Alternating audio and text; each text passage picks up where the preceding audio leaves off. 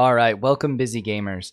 I'm Adam and this is Enhance Ephemeral Gaming, where I bring you the best games to fit into your busy schedule. Now today we're going to be focusing on a game I've recommended in the past. This game's Inscryption, and specifically focusing on its first act. The first act is typically very challenging for many players, and because of that, today my aim is to help you advance further, advance faster, and become better at evaluating your overall cards. Now this will help you in future acts, but to do so I'm going to be laying out all the cards from Act 1 into a tier list. I'll rank them as they would be with no support or synergy, but I will talk about specific scenarios for key cards, especially if they would be ranked much lower on their own, but provide incredibly powerful combinations or synergies with other cards or in-game effects. Now it's also important to note that choices in Inscryption are limited, and once you have a solid core deck, it's often advisable to avoid gaining new cards, as you'll often be forced to take cards that actually dilute or reduce the overall power of your deck and build. So today I'm going to be using the following rankings. S+, these cards can single-handedly win you games, hard carry potential. S, slightly less powerful than S, they can't carry on their own, but enabled they can single-handedly win matches and games. A, generally great cards, they're never going to be making your deck worse to take them. B, generally good cards, worse mathematically than those in A, but they're still usually something you should grab, especially if you don't have something that already does the same thing, but better. Typically something that might provide you an important sigil. C is just going to be middling cards. These cards aren't bad, but you're never going to be seeking them out, so take them sparingly, or to obtain specific sigils, or only when you just have to take something, i.e. you made a random choice, you weren't able to get anything that was good, or you had a lot of D's in there. D are cards I just believe are bad. Always take something else.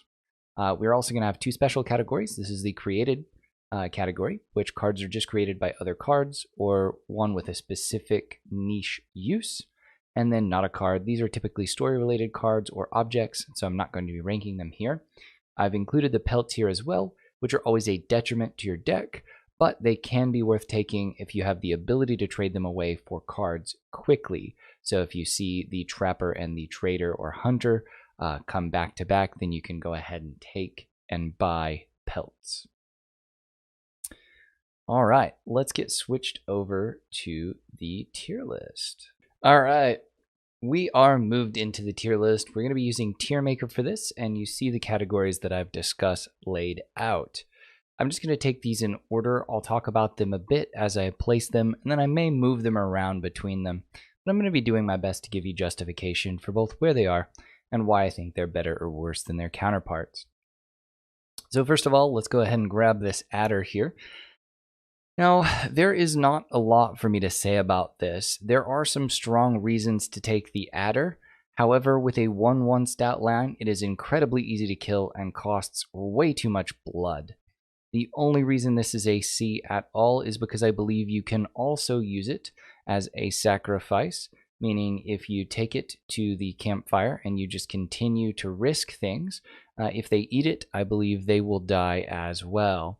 And so that tends to be important, and that makes this card a C instead of a D.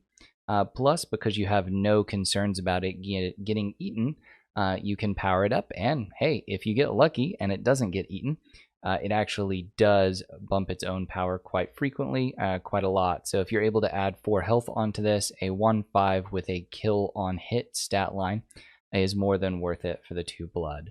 So even surviving once and you're good to go. Next card's going to be an alpha here. Now we are going to be staying fairly consistent. We're going to be putting this at the C rank as well. I do believe that it is better than the adder. I think bones are generally very easy to get compared to blood. Blood requires you to have living sacrifices, where bones just requires you to have 5 squirrels die. So eventually you can get this card out. The reason it's not higher, even though it does buff by 1 the 2 people next to it, is because honestly its stat line just isn't that impressive. It requires you to have 2 other cards and to set it up in the middle, so it's fairly conditional. It just often doesn't end up paying out, or at least paying out quickly. There's just better cards you can get. Let's move on to the Amalgam. For myself, I think the Amalgam is going to go to an A slot here. Costs 2 blood, and it's a 3/3, so we've got 2 stat lines compared to here, but we don't have an additional effect. The main reason the Amalgam is good is because while all of these other things have a specific type, a lizard type, a canine type, the Amalgam is all types, and therefore can be affected by all totems, which tends to make it much better, as any totem you have in play, and in the future you should always have a totem in play, will affect it. You can also add sigils to it, of course, but that isn't something that we really want to talk about here, as a reasonable stat line and always is affected by totems is enough to make it an A card. Alright, the Amoeba here. The Amoeba is a little harder for me. This is our first, well, not our first, the Amalgam is also a rare. The Amoeba is a rare card. It comes in at 2 bones, which is actually reasonable. The big downside here is this could either be fantastic or terrible. There are plenty of sigils that are utterly useless to you, so it's going to give you a random sigil, and this could be amazing. Because it's 2, I completely am okay with taking it, but typically there are better rare cards, as it's one of the worst that you're able to pick from rare chests, so we're going to leave it in a B. Typically when you're able to choose it, you're not going to, but it is better than all these cards that I have below it. Alright, Worker Ant. For me, Worker Ant's going directly into D. There's not a whole lot to say about it. It only has any damage if you have other ants out, and a deck that requires a swarm is just not viable in Inscryption in my mind. It both takes too long to get out, and there's no good way to protect these cards. So for me, that's kind of where we're at. The Ant Queen will also go into D. It's slightly better than the Worker Ant, even though it requires 2 blood. At least it spawns an ant to your hand, so it guarantees you that you'll have some synergy at the same time. But there's just too much of a sacrifice needing to happen here. So I just don't think either of them are viable. We'll move on to the Bat here. Ooh, thinking about this one very slightly. I'm somewhat torn on the Bat. I think for now we're going to have this move into the C area. It's going to be fairly low on the C area. Flying is nice. It is, but in many cases I do want to be clearing my opponent's board, and it's touching on the expensive side at 4 bones. But it is a decent stat line. It won't harm your deck most of the time, and so therefore we'll leave it in C. The Beaver is a D tier card. I have only played with it twice. Its stat line is terrible. It creates a dam. But seeing as you sacrifice another board presence, actually 2 other board presences to create this and a dam, I cannot see a single situation in which this comes out ahead. The sigil can be used well, but the card itself is absolutely terrible. So unless you're going for the sigil, I just don't recommend taking it. The Beehive, we are going to call the Beehive D tier as well.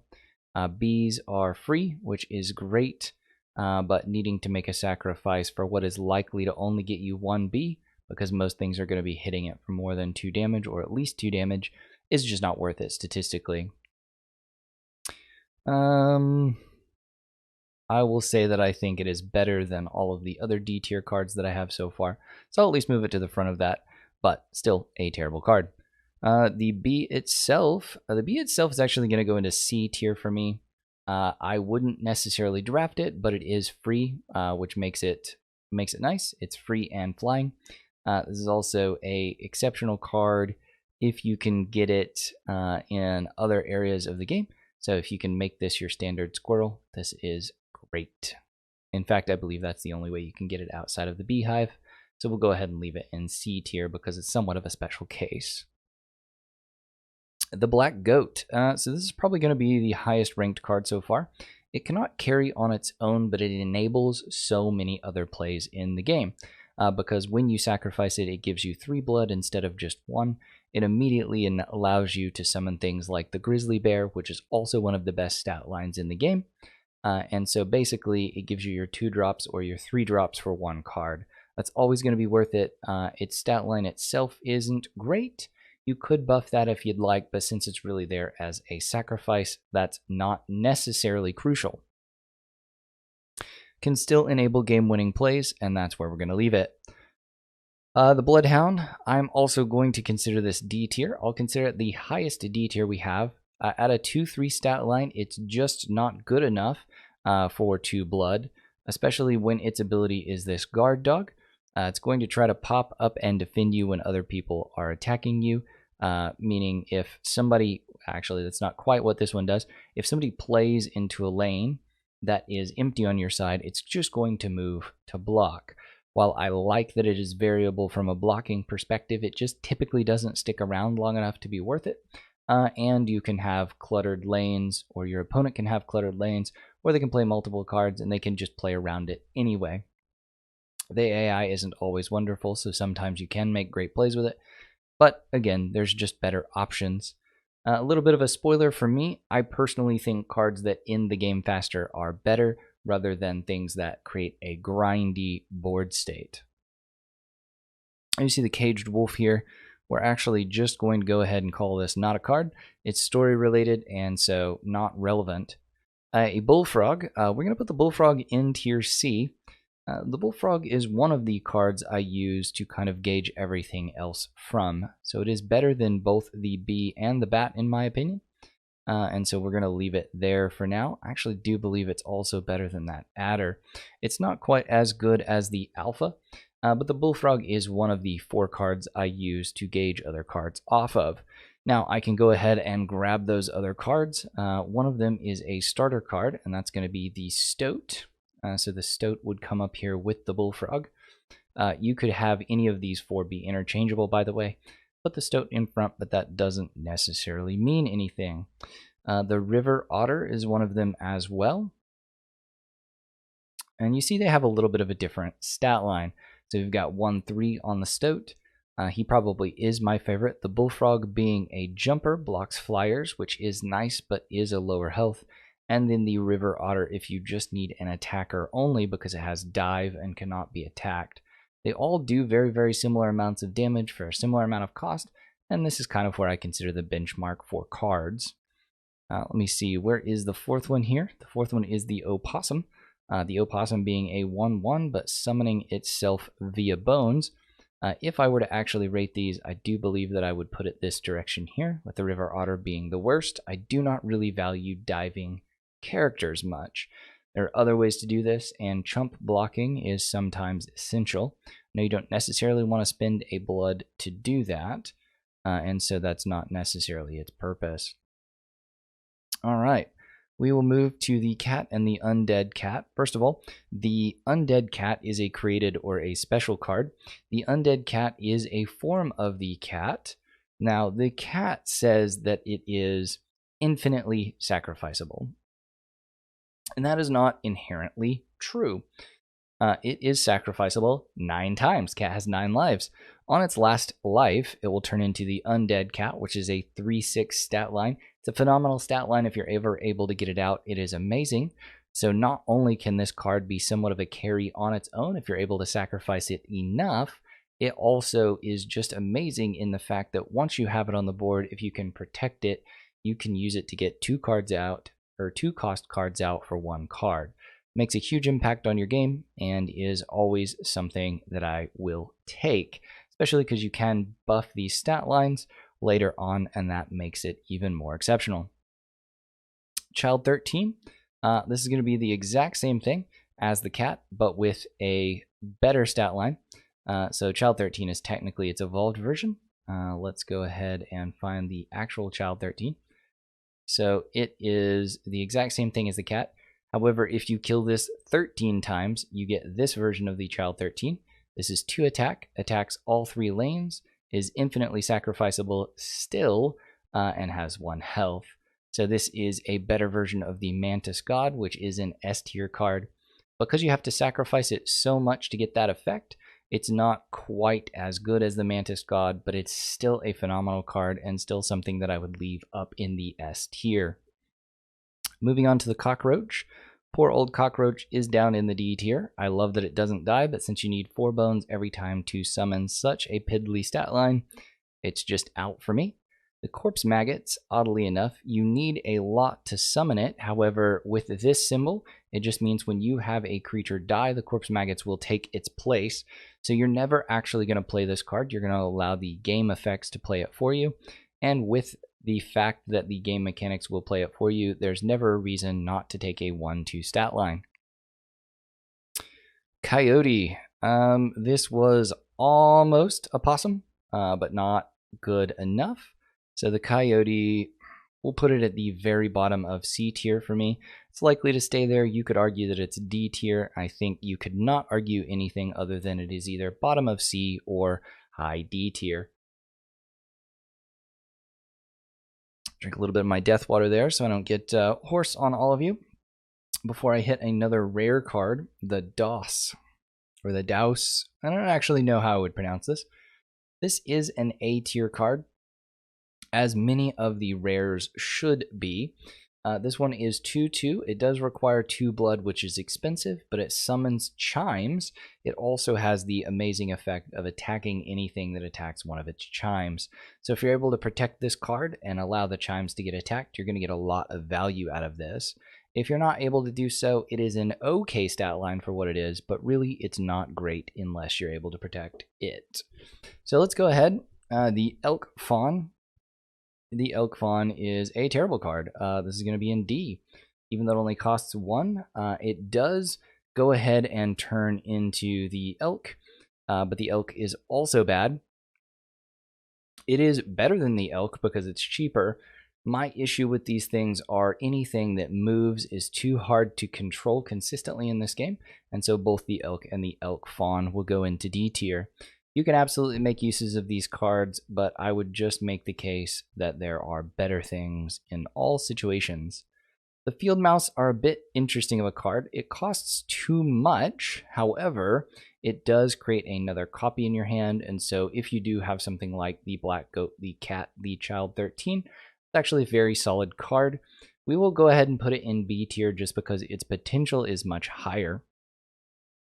So the reason I ranked a B at all is because the Geck version, the rare version, it's just a 1/1 for free. It's an exceptional card. You can typically carry games with it. You might argue that it should technically be down here in S tier, as it cannot carry a game unless it's been buffed or had sigils added to it. But a free card, for example, the worst possible thing it can be is making you feel better about drawing from your actual deck, knowing that you have something to play for free without having too much of a blood sacrifice. So still makes it pretty exceptional. Reduces the amount of variance and luck in your deck, not to mention having amazing upsides if buffed. The Greater Smoke is not a card. It is a great card if it was, but it is not a card. We'll go ahead and add the smoke there as well. And then because I said we would do it, we're going to go ahead and get rid of the Rabbit, Wolf, and Golden Pelt. None of these are good cards. There are free chump blocks while you have them, which is nice. You can play them out just to block a lane. Even this one Rabbit Pelt could save you 6-7 damage depending on the situation. That being said, you should not take these to keep them. If you cannot trade them in and do not know that you can trade them in, you should not be taking them. Also, typically, if you're not getting a nicer pelt for a better value card, it's probably still not worth it. The Great White Shark, in my opinion, this is the... he's middling for the 3-cost cards. I would rather have a Grizzly, again, because he cannot be used to block in any situation, and there are situations which I would prefer him be a blocker. He does put your opponent on a timer at a 4/2, unhittable, unkillable, so we're going to go ahead and put him at B, and fairly high in the B tier. The Grizzly is what I believe is the best of the 3-cost versions, and that's definitely going to go in the A tier. It's also definitely better than the Hoss, and I would probably make the case that it's better than the Corpse Maggots. It's harder to do and can never be played for free, and so if you have no other support for it whatsoever, Corpse Maggot is a better card. If you have any support for it, i.e. Black Goat, Child 13, or Cat, the Grizzly is the better card to go in your deck. Kingfisher here. This is a flyer, but it's just a 1/1. I don't like this card. It cannot be below a C just because it kind of ranks along with those other things that we were talking about earlier. And because it's a flyer, I'll say it's slightly better than a Stoat. It is not better than the Alpha, but it's cheap. We have this dead elk thing here. This dead elk actually does get to go in the B tier. It's rare, and so it's hard for me to put a rare below the B tier. This is still one of the last rares that you would take. It's a bit better than the Amoeba because it's a guarantee. The reason I don't like it is because it moves itself yet again. That is something I have an issue with, but it has poison on it, and it can kill immediately virtually anything for only 4 bones. Alright, we go to the Magpie. This is probably controversial. I think a lot of people really like this because this allows you to search your deck for a card and summon it up. However, your decks are typically so small here that I find this effect to be extraordinarily negligible, and to pay 2 blood for the ability to do that when you could really just be drawing more cards to do the same thing in most scenarios just is not worth it. I will go ahead and give it a higher C tier just because it is very useful if you have bloated your deck, but if you haven't bloated your deck, it's not necessary and could even be moved down to D in my opinion. It's just too expensive. Mantis God is an S+ tier card. It only costs 1 blood. It deals 3 damage with 1 health no matter what, because you're going to place it somewhere where it will be attacking 3 separate lanes. This card can be buffed as well, adding sigils, adding damage, adding health. It's phenomenal. It almost will always win you the game if you have it and play it well. So I will probably in the future talk about the best sigils and the sigils that you might want to apply to specific cards, but that would make this video too bloated and long, so we're going to skip that for today. The Mantis is the baby version of the Mantis God. It will be an S tier card, and it'll be very high up in S tier. Now, I'll put it behind Geck, but outside of that, there's not much that can beat a Mantis. It doesn't attack in front, but attacking to the sides allows you to place this somewhere safe, behind a rock on your opponent's side, attacking both sides with complete safety, as it will 1, never kill the rock, but the rock will never attack it, so it will deal damage with no recourse, which is very important when they have such low health. Alright, let's move to the Mole Man. I am typically very low on defensive cards.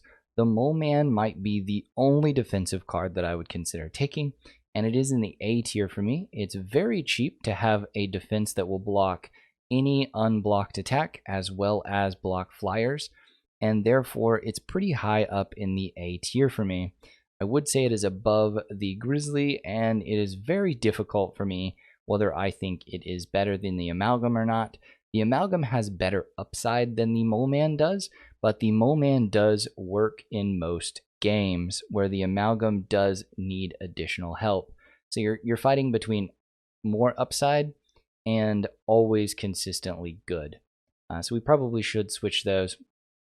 It's a bit difficult for me though. I think if you argued it either way, I would be happy. The Mole, this is a terrible card. It's a defensive card, but has 0 attack and 4 health.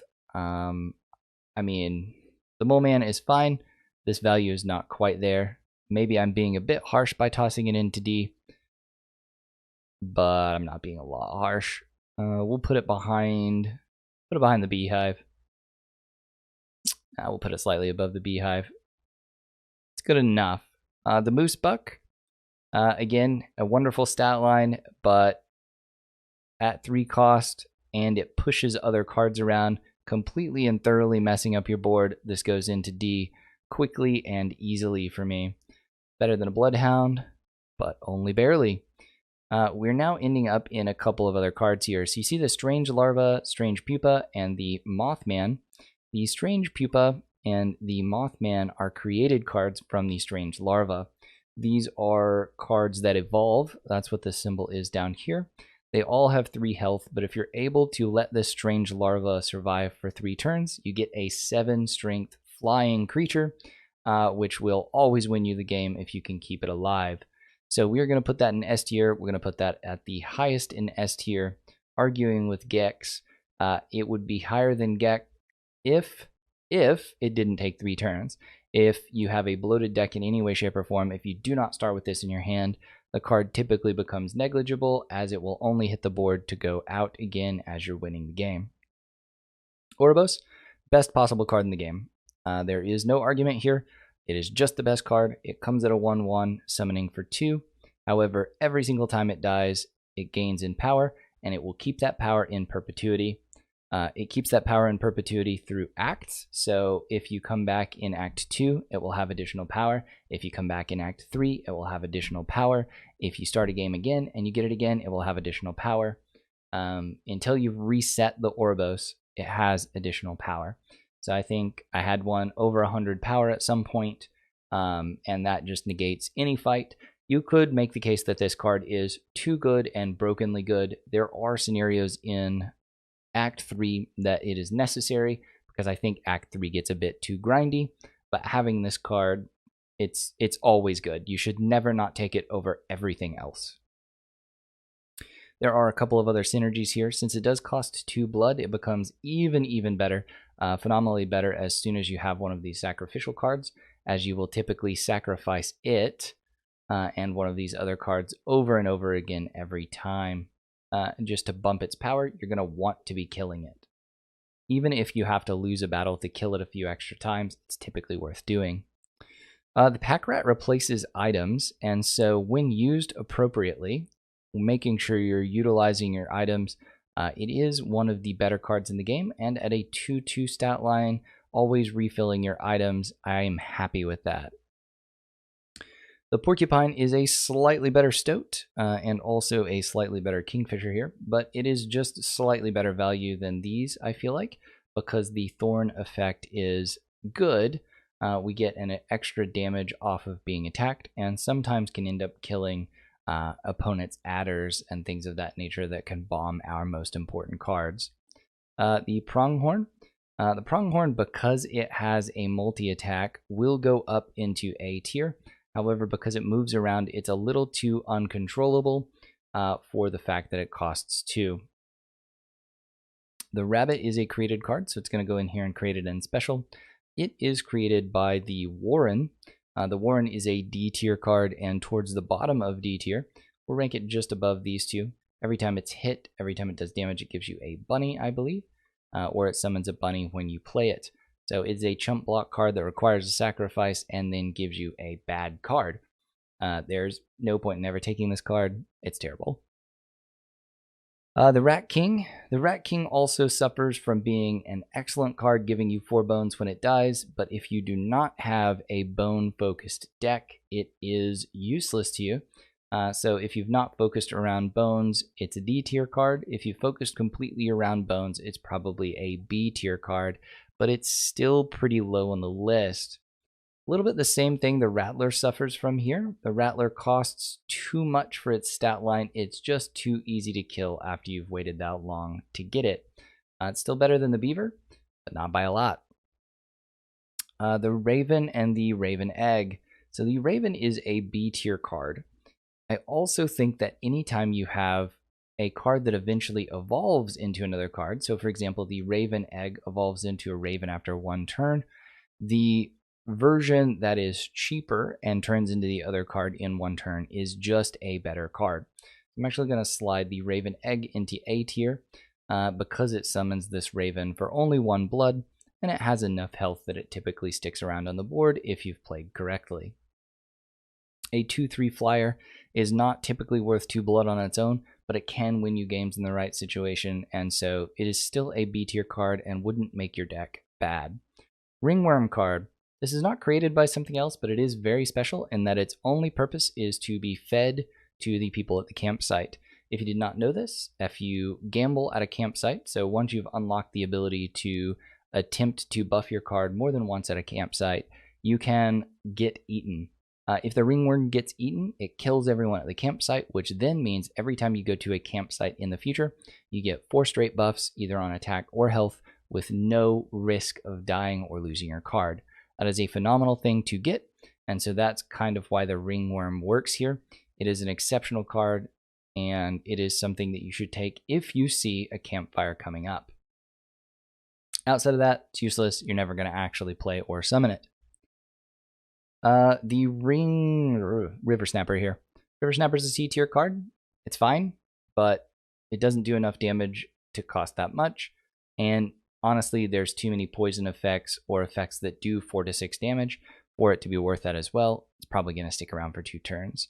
For example, the Skink kind of does the same thing in that it will always stick around 2 turns. And so it comes in cheaper. And we're going to make this a B tier card. I'm going to make this a little bit higher. We're going to put it just behind the Amoeba. It's slightly better than the field mice. It does also move, so you can kind of plan some shenanigans there in which you can block 2 specific things. It's a higher skill cap card, but it is very useful when it's useful. The Skunk is the same thing kind of as this Kingfisher Skunk Stoat. I love the stink effect that reduces the attack, but since it has no attack itself, it is definitely C tier until buffed, and I don't like to take cards that have to be buffed. I consider these tentacles not a card. We're going to slide them down here. And that leaves us with only a few things left. Getting close to the wrap up here. We've talked for about 30 minutes, so I'm going to try to be fast. I want to make sure we're being as thorough as possible while giving you only the information you need. The Sparrow here is going to come out into C tier. We're just kind of mopping up a couple of the last things. These are just kind of basic cards. And honestly, even though I'm tossing a lot of things into C tier, and that might feel bad in some ways, there isn't anything wrong with a lot of things being in C tier. C tier is a playable card. It's winnable with plenty of C tier things. That being said, if you have primarily things above this, you do need to be able to afford them, and some of those things are going to be the C tier cards, especially because most of the cards you start with are C tier cards. All right, let's move into Stinkbug. This is the best of the named character cards, the cards that stay with you and actually talk to you. This is the best of them, and it does make it out of C tier into B tier. It's a little bit better than the Amoeba because it's consistent and has what I think is one of the best ones for the Amoeba to get with the exact same cost. We're going to have the Stunted Wolf here. The Stunted Wolf is also B tier, I believe. Let's say it's also better than the Amoeba. It's a consistent 2/2 for 1 blood, easy to get out there, decent amount of damage. Turkey Vulture, it just costs too much. It really needs a supporting bone deck. We'll put that towards the top of D tier, but still easily D tier. The Urayli, this card is overcosted, but is still phenomenal at a 7/7. As soon as you have a black goat, this card is phenomenal. If you don't have a black goat, you're unlikely to ever play it. So a little bit grain of salt. I think its stat line deserves it being above C tier, but it's not higher than B tier because it requires specific other cards and small enough decks to play it. The Wolf Cub is the better version of the wolf just because it then becomes a wolf. So we're going to have that in A tier. I actually have that just behind the Amalgam.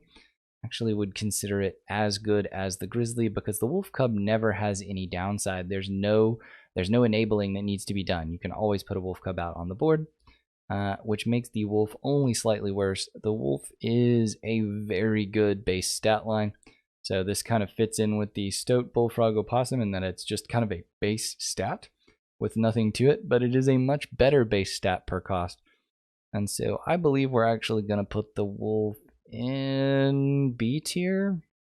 Yeah, we're going to put the Wolf in B tier here, just above the Raven and the Field Mice. Just above the Raven. Solid card. And that will actually bring us to the end of this particular tier list. As I post this video, I'm also going to put the tier list with the image on the Facebook page. I'm also going to post this under the YouTube video in the show notes. And so if you don't want to just go in and find a part of the video and pause it as I have things highlighted, you'll be able to go in and get it there. I can zoom out just a little bit for you to see if I can get it to where you can see everything on the screen at once. But that's not the easiest thing for us to do here. Let's get that down here. So you could give it a pause right there and get it. Now, I hope this was very helpful. I hope it also gave you a little bit of a background on how I evaluate cards in Inscryption. I believe that is a game that I'm typically very good at, and I, up from the front, was triggering the too far, too fast warnings. If you follow this guide, you're likely to do the same things as well. If you're interested in this, if you go ahead and like, subscribe, give me some comments on things you might like to continue to see. I can give you more Inscryption content. I can do deck guides for Act 2. I can do priority guides from Act 3. And we can talk about some other meta achievements. But if you've enjoyed this, I really, really, really appreciate it. And I hope to see you back for the next video. Have a good one.